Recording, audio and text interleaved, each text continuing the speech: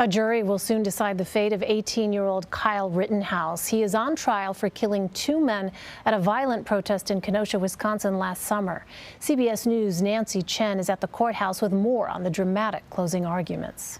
Him putting the fire extinguisher on the ground and then raising the gun. In closing arguments, prosecutors showed jurors this video of Kyle Rittenhouse raising his AR-15 style rifle at a protester, Joseph Rosenbaum. Moments later, it led to this chase and Rittenhouse shooting Rosenbaum 4 times at close range. A second shot, which goes through Mr. Rosenbaum's hand, and then a third and fourth shot, one that grazes the right scalp and one that goes right into Mr. Rosenbaum's back. And that is the kill shot.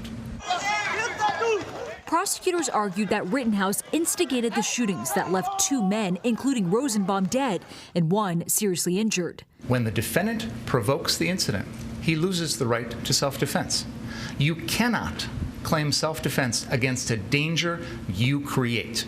Today, Rittenhouse's defense attorney told the jury his client acted in self-defense. My client ran 2 blocks without shooting at anyone, pointing at anyone, doing anything to try and get away.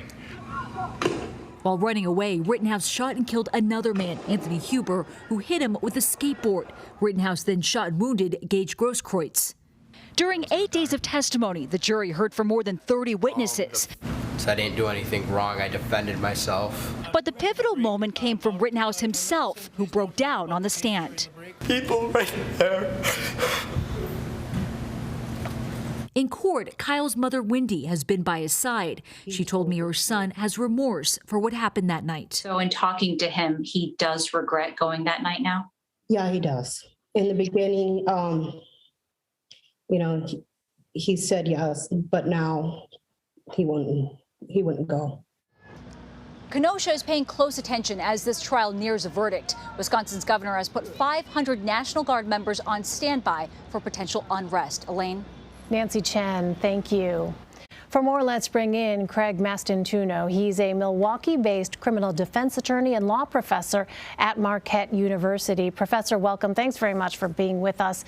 This has been a contentious trial with many heated moments between the judge and prosecutors. Judge Bruce Schroeder is the longest-serving circuit court judge in Wisconsin. Can you give us some background on him and explain more about how he's impacted this trial? Well, he, as you said, is very experienced. He knows it. He's not afraid of his own authority or how to use it, and how to use it in his own somewhat inimitable fashion. He expresses his opinions freely, and he takes control of his courtroom in a very decisive way. And I think we saw a lot of that play out during the trial in the last 2 weeks. Well, Wisconsin law allows the jury to consider lesser charges if it acquits Rittenhouse of the original charges brought forth by the prosecution.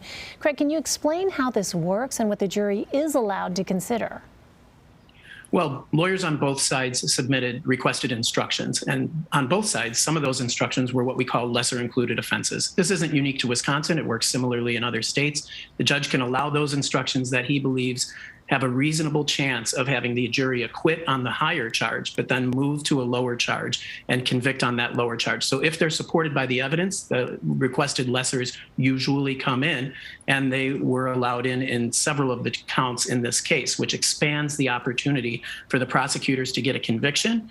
It also expands the opportunity for the defendant not to be convicted of the most serious offenses if the jury wants a compromise verdict. Well, on the stand last week, Rittenhouse claimed he acted in self-defense.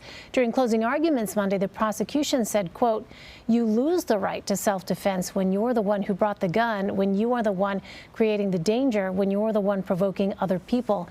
Can you explain why in Wisconsin the issue of provocation is important in this case?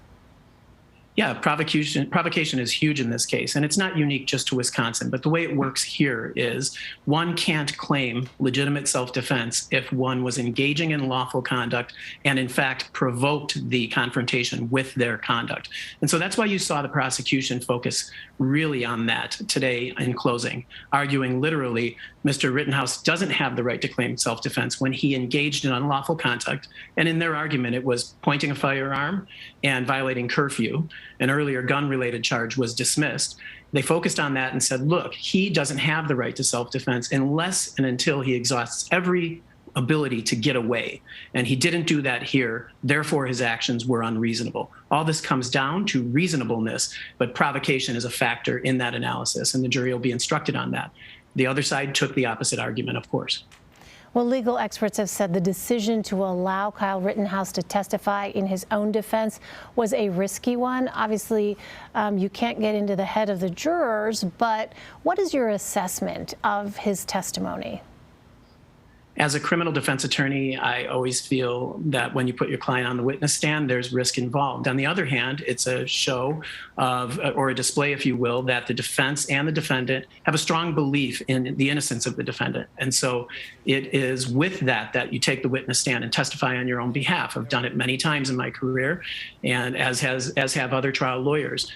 Here, that demonstration was made. I think the takeaway is this. Different people are going to have different opinions about what we're seeing from Mr. Rittenhouse's testimony, particularly that emotional moment when he lost control, if you will, and started crying or having an uncontrollable fit. I checked with colleagues of mine in the criminal defense community, and they thought, some of them thought, well, that was a real moment. It was post-traumatic. It was genuine. I went to Marquette University Law School that evening and ran it past my class of about 15 students, all engaged in criminal practice. And let's just say they were a more skeptical room. The point isn't whether one side or the other is right. The point is that jurors are just like people. They are people from our community. They're going to have different opinions. A lot goes on in deliberation, and they'll sort that out there. All right, Craig Mastantuono. Craig, thank you very much for joining us. We appreciate it. You bet.